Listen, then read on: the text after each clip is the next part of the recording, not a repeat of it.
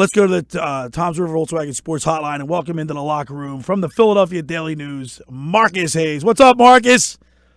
I live near Doylestown, Pennsylvania, and we have an outstanding Randazzo's ourselves. Yeah, you know, I think it's in the family, to be honest with you. Yeah, I think it's his brother. Awesome. It might be his brother. Oh, is that right? Yeah, I think so. They got this thing called Grandma's Pizza. It's like almost like a red pie with fresh mozzarella and pesto. It's ridiculous. It's so good, my kids like it. Well, Marcus, when you come down here, I told you, come down here to Ocean City. We'll go over to Randazzo's and Giuseppe Randazzo will take care of it. So roll out the red carpets for us. Roll out the red carpet. All right, Marcus. This is Joe. I think we got Joe Randazzo.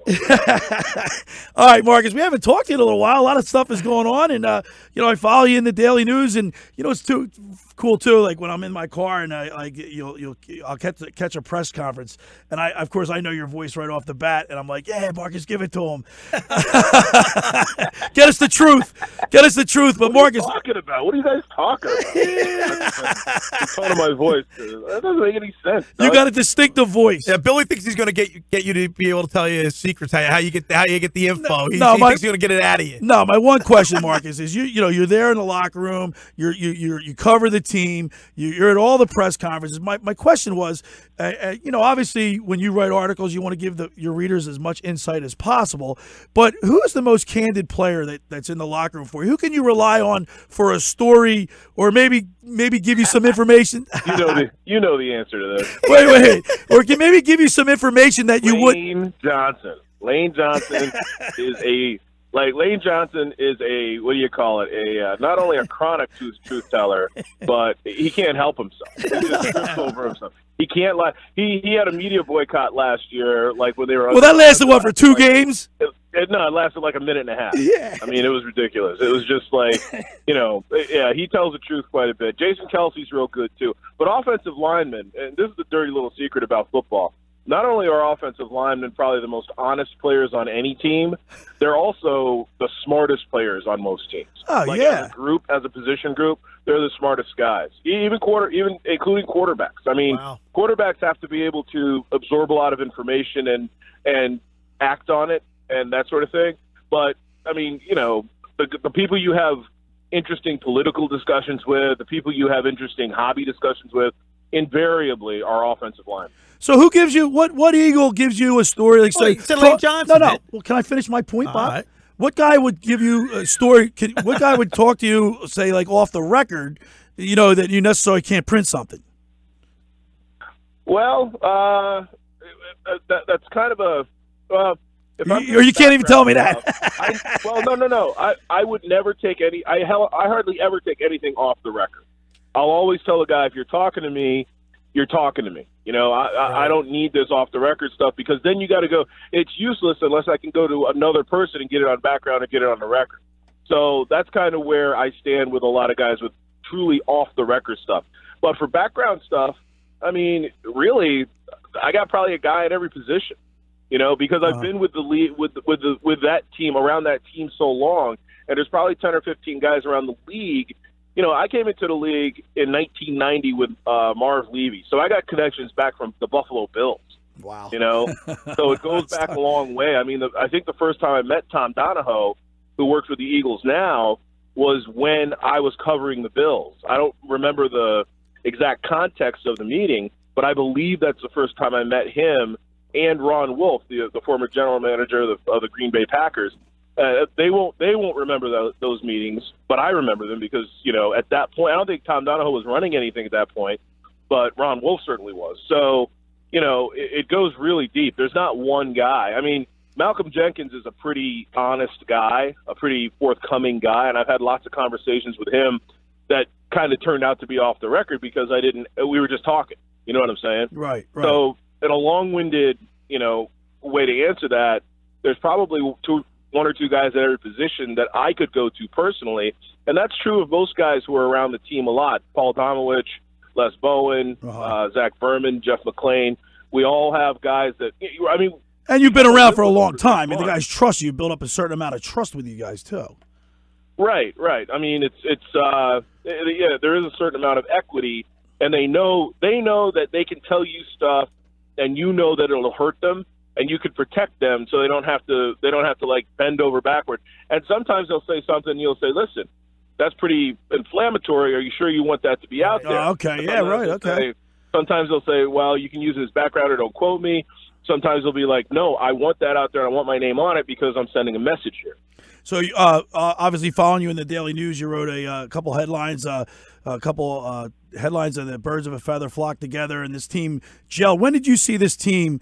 I mean, after November 18th, when they got waxed by the Saints, and they were 4-6. I mean, when did it? You're down there every day. When did you see a change in the locker room and with the personality of the team? Well, there's kind of two answers to that question.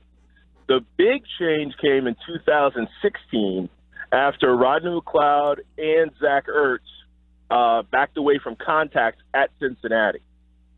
Doug Pederson said that Doug Pederson questioned the effort of his team, and his team revolted. They went to him and said, "We don't want you saying that about us." Wow. And his response was, "Okay, fine. Don't give me reason to, and it's on you. If I can't say this about you, police your own locker room." Wow. So after that game, the Players Coalition, or not Players Coalition, the Players Committee, the captains on the team, took a much more active role in policing the locker room. Fletcher Cox, Malcolm Jenkins, and even Zach Ertz and Carson Wentz. But from that moment, those guys became a lot more available and a lot more candid with the press, as well as being more responsible in the locker room. It was a big maturation moment. And you have to realize you got a rookie head coach with no credentials taking over for a guy, Chip Kelly, that everybody sort of resented and didn't trust and kind of despised. So it was an interesting moment. And the team was, in the toilet at that point. They started off strong, if you remember, in 2016. Right. So to answer your question to the second point, after they lost in Dallas, I believe the next game was I think they hosted the Giants, and they were down at the half. Yeah. Right. Yes, they were. Yeah, that's right. And Malcolm Jenkins went to Jim Schwartz and said, "Listen, we have all these new defensive backs in dumb here. It down. We need to simplify this." And I believe what they did, Jim likes to play zone. He likes to go wide nine with zone in the back. But playing zone, you have to be very familiar with each other and understand the concepts of the defense in order to counteract what the offense wants to do, because they know you're going to be playing that zone. So they went man-to-man, which burned them in New Orleans, excuse me, but they simplified things. So part A. Part B, the offensive line went to Doug Pederson and said, "Listen, we can destroy these guys at the line of scrimmage if you let us run the ball." Mm-hmm. And Doug is very much a pass-first, analytics, chunk yardage guy. Right. But he came to realize that even with a depleted running back core, his offensive linemen and his offensive line were of such quality that he wasn't playing to their strengths. So that was Lane Johnson and Brandon Brooks and Jason Peters. So that's when the team took ownership of itself. And in Doug's defense, that's the players' responsibility. The players have to be committed. They have to give input, and they weren't. They were very passive to that point. It's a long time. I think that's game 11, maybe. Yeah. So, I mean, that's a long time to no, I think it was actually game. I guess it was after New Orleans, before Dallas, but after New Orleans. So, it's a long time, but this was a very hungover team. This team had a huge. Yeah, we talked about that earlier. Yeah. Yeah, they're smelling themselves and thinking about their books and thinking about what they've done. And, I have an injury, so, it's tougher this year to fight through it. I'm a year older, yada, yada, yada. And none of that really matters. I think sometimes professional athletes, because they are so modulated and sort of not coddled but managed, I think they overthink, look, I'm just out here playing a game. And if it hurts, it hurts. I still got to play the game. I'm not worried about my next contract. Yeah. I'm not worried about what I did before. I'm not worried about the scheme.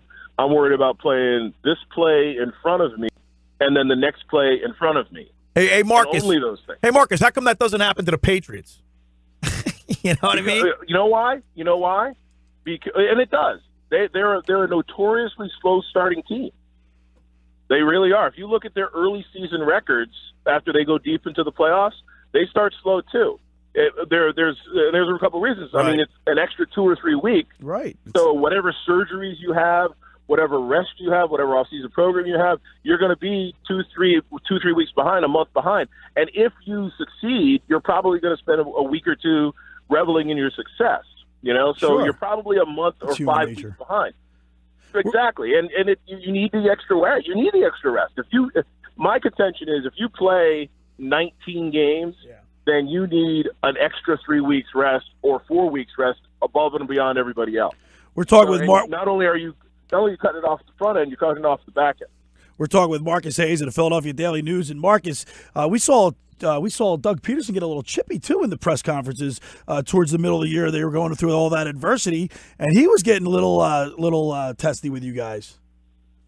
Well, they're weird about their injuries. They're weird about their injuries, and they're weird about their medical staff. They were dissatisfied with their medical staff the first 2 years he was there, so he'd gotten testy about injuries in the past. And so they turned it over, and this medical staff was overmatched. The rash of injuries, re-injuries, aggravations, lingering injuries, it was just ridiculous. These guys didn't know what they're doing. Hopefully they can learn, because they're not turning it over again, apparently. But that directly affects Doug Pederson. I mean, there were people calling for Doug Pederson to be fired in the middle of the season when they were fourth. Yeah, that's it's also. I mean, you look at the Nick Foles and Carson Wentz. I mean, I know Nick Foles is a great story and everything. I mean, you look at his last 2 games; he didn't really play well at all. And for people wanting to he just didn't play great. I would say his passer rating was like 60-something Wow. in the last 2 games. I think he only threw for like 200 yards in the last 2 games. So I mean, for people to even want Foles to be the quarterback is kind of like ridiculous. Well. But again, the testiness that you're talking about emanated from, is Carson Wentz healthy? That's when Doug Pederson got testiest with us was, how's Carson's knee? When's he coming back? That sort of stuff. And how's Carson's back? Why is he not on IR? Why is this sort of shadow lingering? And all of that came from Carson Wentz's camp. Carson Wentz's camp doesn't want Carson Wentz to be painted as an injury-prone player, even though he's had 4 major injuries in the last 4 seasons. So that's what the Eagles are dealing with. If you, Howie Roseman, the general manager, was talking about Carson and was asked several times, what was the timeline of Carson Wentz's back injury, you discovering it, you deciding the course of action. He wouldn't answer one question, and he said he wouldn't answer any of the questions out of deference to Carson Wentz. Well, I can understand. All right, we got about a minute left, Marcus. Out of all the things you see in the future, where do you think their glaring need is? The one position that needs the most work or most help. It's tough to say. I mean, probably defensive back. I don't know if you want to go into the next season with these defensive backs. They're all very young. None of them are very pedigreed. You don't know what Sidney Jones's situation is. You don't know if the safety Rodney McLeod is, he's probably going to have to renegotiate his contract coming off an injury. Is he going to be willing to do that? Yada, yada, yada. Right. So probably defensive back, but that's been the case for what? 8 years now? Yeah. Seriously. Every single year. They have a Pro Bowl safety, and their greatest need every year for the last 8 years has been defensive back. All right, Marcus, one last question. Did they overachieve or underachieve? No, they achieved. I thought they'd go back to the playoffs and maybe make it to the NFC Championship game. They achieved. And they came 7 points short. Honestly, I think Howie and Doug did a better job this year than last year, considering the injury. Yeah, I would agree with that. And the hangover. All right, Marcus, listen, man, we really appreciate it. Love having you on. Maybe I'll see you at the Sports Writers Dinner. Be there on the 21st. All right, Billy and Bob. Talk to you later.